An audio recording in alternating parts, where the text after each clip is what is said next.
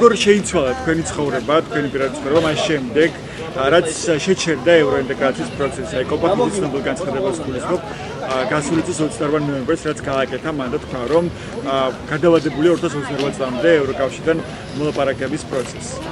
მახსოვს ძალიან დიდი შოკი მქონდა და მომდროულად დიდი იმედგაცრუება იმის მიუხედავად, რომ არასდროს არ უჭერდი ამ მთავრობას მხარს. და შეიცვალა რადიკალურად ჩემი ცხოვრება, ყველა დღე ვიდექი საკონსტიტუციოს წინ. იმის მიუხედავად, რომ უნივერსიტეტში დავდიოდი, ინგლისური ფილოლოგიის პირველ კურსელი ვარ და პარალელურად ვმუშაობდი, თუმცა მაინც ვცდილობდი ყველა დღე, რომ ვდგარიყავი ჩემი მეგობრებთან ერთად და გამეპროტესტებინა ის, რასაც ჩადის ეს მთავრობა, ის რომ მივდივართ რუსეთისკენ, ჩრდილოეთისკენ და არა ევროპისკენ და ევროინტეგრაციისკენ. მნიშვნელოვანია ყველა ერთად ვიდგეთ და შევეწინააღმდეგოთ ამ ყველაფერს, რაც საქართველოში მიმდინარეობს.